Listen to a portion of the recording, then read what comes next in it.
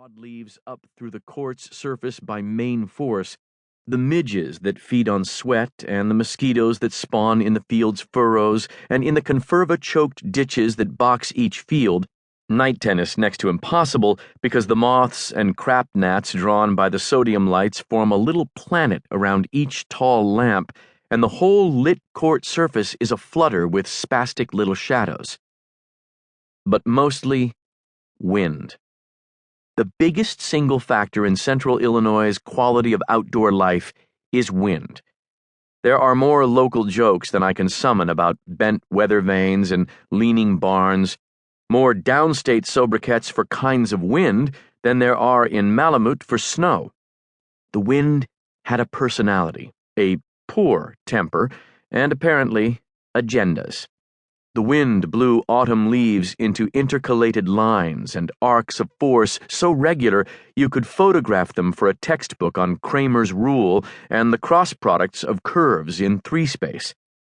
It molded winter snow into blinding truncheons that buried stalled cars and required citizens to shovel out not only driveways but the sides of homes.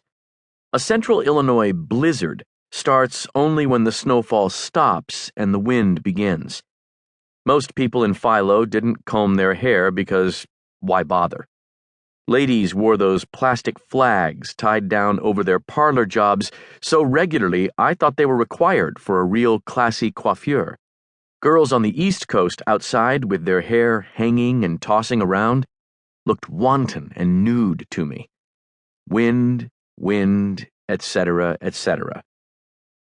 The people I know from outside it distill the Midwest into blank flatness, black land and fields of green fronds or 5 o'clock stubble, gentle swells and declivities that make the topology a sadistic exercise in plotting quadrics, highway vistas so same and dead they drive motorists mad. Those from Indiana, Wisconsin, northern Illinois think of their own Midwest as agronomics and commodity futures, and corn detasseling and bean walking and seed company caps, apple-cheeked Nordic types, cider and slaughter and football games with white fog banks of breath exiting helmets.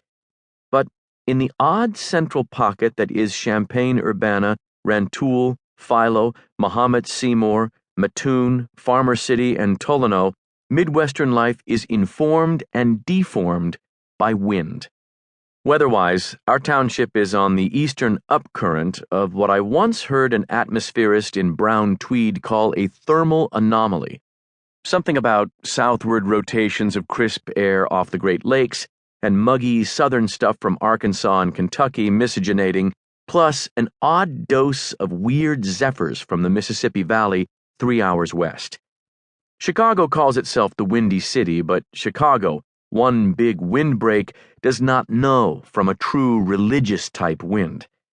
And meteorologists have nothing to tell people in Philo, who know perfectly well that the real story is that to the west, between us and the Rockies, there is basically nothing tall, and that weird zephyrs and stirs joined breezes and gusts and thermals and downdrafts and whatever out over Nebraska and Kansas and moved east like streams into rivers and jets and military fronts that gathered like avalanches and roared in reverse down pioneer ox trails toward our own personal unsheltered asses.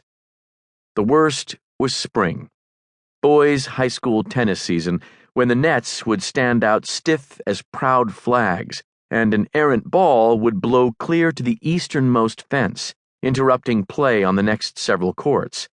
During a bad blow, some of us would get rope out and tell Rob Lord, who was our fifth man in singles and spectrally thin, that we were going to have to tie him down to keep him from becoming a projectile.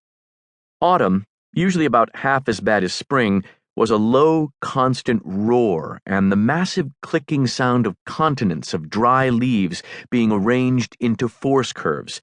I'd heard no sound remotely like this mega-clicking until I heard at 19 on New Brunswick's Bay of Fundy my first high-tide wave break and get sucked back out over a shore of polished pebbles.